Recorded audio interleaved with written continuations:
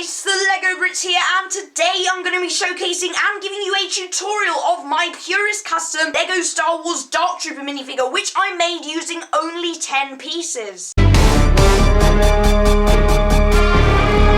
So recently I put out a community post on the channel asking people what sorts of custom minifigures they'd like to see, and I said I wasn't going to use all of the ideas, but I'd come up with at least one, and here we have it. The Dark Trooper minifigure requested by 2 people, I think, and here we have it. I'm very, very pleased with how it turned out, so let's get into showing you this figure here. This Dark Trooper custom right here doesn't look like it has much of a complicated design, but to be honest, it took such a long time to find this design that works, and even still it's not 100% perfect. I'm not 100% happy with it, but limiting me to only 10 pieces, obviously minus the gun. Here we have 10 pieces, and limiting it to that, I'm pretty happy with how it turned out. If Lego were to ever make this Dark Trooper design, I think they should definitely create a custom mold for it, just like they did for the Super Battle Droid figures, because that worked out really, really well. They definitely need a custom mold because this character was so hard to recreate. The Dark Troopers are arguably one of the coolest, if not the coolest characters in the 2nd season of The Mandalorian, and using only 10 pieces, I think I did them justice here. So the head and the helmet, so you can see we have the helmet and the head there, are both taken from the Death Trooper minifigure from Director Krennic Shuttle, as are both of those pauldrons. So you need 2 of those minifigures to have 2 pauldrons on either side there, and the helmet and head. Now that's why I think Lego should definitely do a custom mold for these Dark Troopers,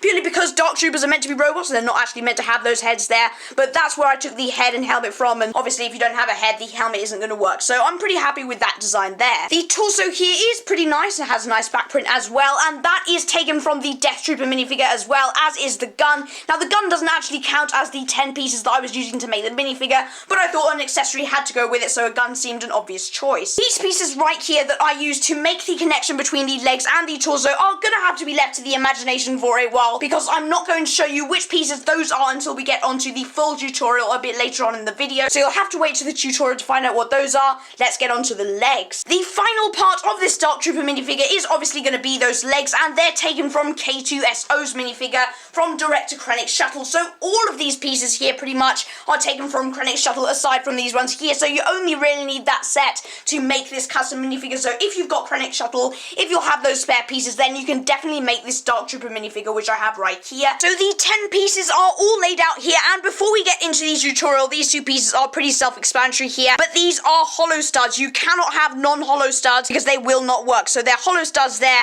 and there's the rest of the pieces. Let's get building.